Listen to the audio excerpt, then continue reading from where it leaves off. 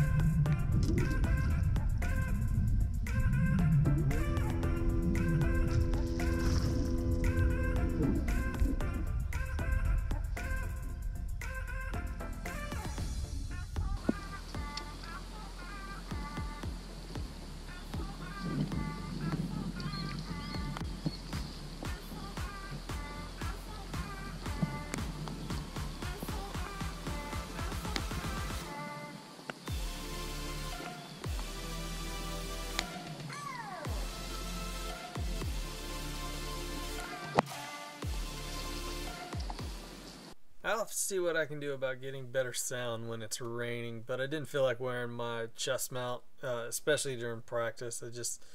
It's kind of cumbersome, and just kind of want to get out there and focus on fishing. And at this point in the day, we'd gone pretty much, this is later in the day, it's starting to be low tide, which doesn't quite fit for the tournament, but it is a pattern. It's starting to develop into a pattern to where it's clear water feeding into a dirty water mixture area.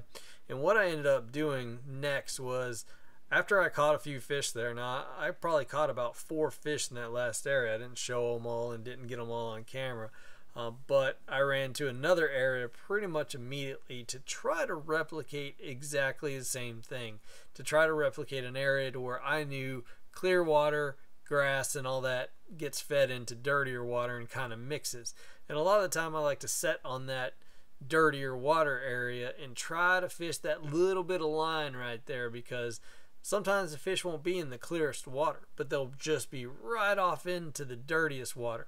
And especially if you can find a ditch that's feeding that clear water into the dirty water, then that's where fish are going to be at a lot of the time. And it's one of those things to where you can pretty much go directly to that spot. It's almost like a steep bank right next, or a steep ledge right next to a bank. You can pretty much go to that spot and catch a fish. And so that's exactly what I did here to see and replicate the pattern that I was on. And as you can see from the video, I'm throwing a crankbait. Now I also threw that on braid and on mono.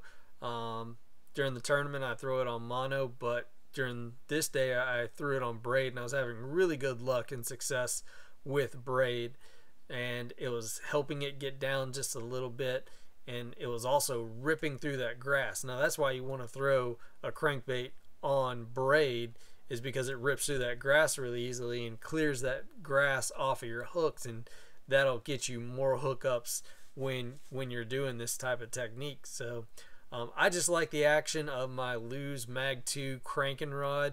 That thing just loads up, so I felt good about having that, and when that loads up I feel like the fish are pegged, and I've got a pretty much 99% land rate when I hook into them. So that's why I went with a rod and reel combo that had monofilament on it, just to give me that little bit of stretch, help me fight those fish in these situations. It was still getting hung up in the grass, and overall worked.